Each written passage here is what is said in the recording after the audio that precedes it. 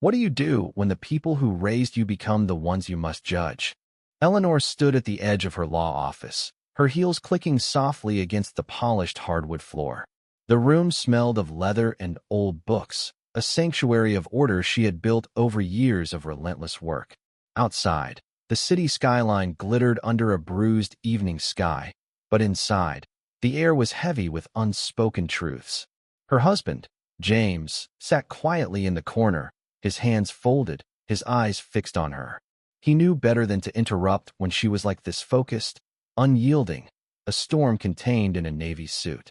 Her parents, Margaret and Henry, sat across from her, their faces a mix of defiance and unease. They were not the kind of people who often face scrutiny. Margaret, with her perfectly styled silver hair and designer scarf, had always been the picture of control. Henry, a retired accountant, carried the quiet pride of a man who believed he'd done everything right. Yet here they were, summoned to Eleanor's office like clients on the verge of a verdict. "Eleanor, this is absurd," Margaret began, her voice sharp but trembling at the edges. "We're your parents. You don't call us in like we're criminals." Eleanor didn't flinch. She leaned forward, her hands clasped on the desk, her wedding ring glinting under the lamplight. "We're here to discuss your failure," she said, her voice low but cutting. "Not mine. Yours." The words hung in the air, cold and deliberate. James shifted in his seat, his breath catching. He'd seen Eleanor dismantle opponents in court, her arguments sharp as a blade, but this was different.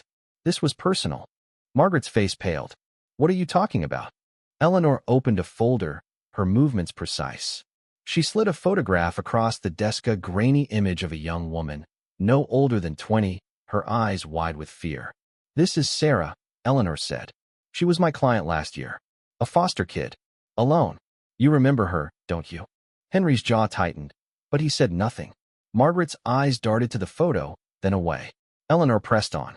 "Sarah came to me because she was drowning in debt. Medical bills, student loans, a life she didn't choose. She trusted me to help her, and I found out why she was in that mess. Because of you." The accusation landed like a blow. Margaret's hand flew to her chest. "Us? We don't even know her." Eleanor's gaze didn't waver. "You ran the foster agency she was placed in. You were supposed to protect her. Instead, you cut corners.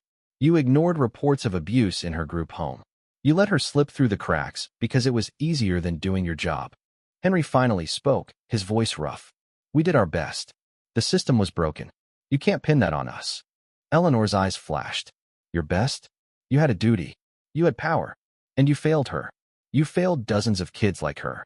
She pulled out more documents, reports, complaints, emails, evidence she'd spent months collecting, piecing together the truth about the agency her parents had run for decades.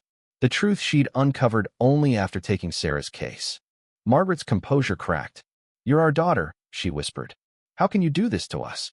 Eleanor's hands trembled, but her voice stayed steady. "Because I'm not just your daughter. I'm a lawyer. I fight for people like Sarah. People you let down." She paused, her throat tight. "And because I can't live with knowing you chose pride over responsibility."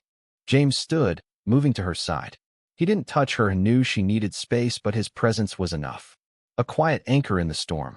Eleanor took a breath, her eyes softening for a moment as she glanced at him. Then she turned back to her parents.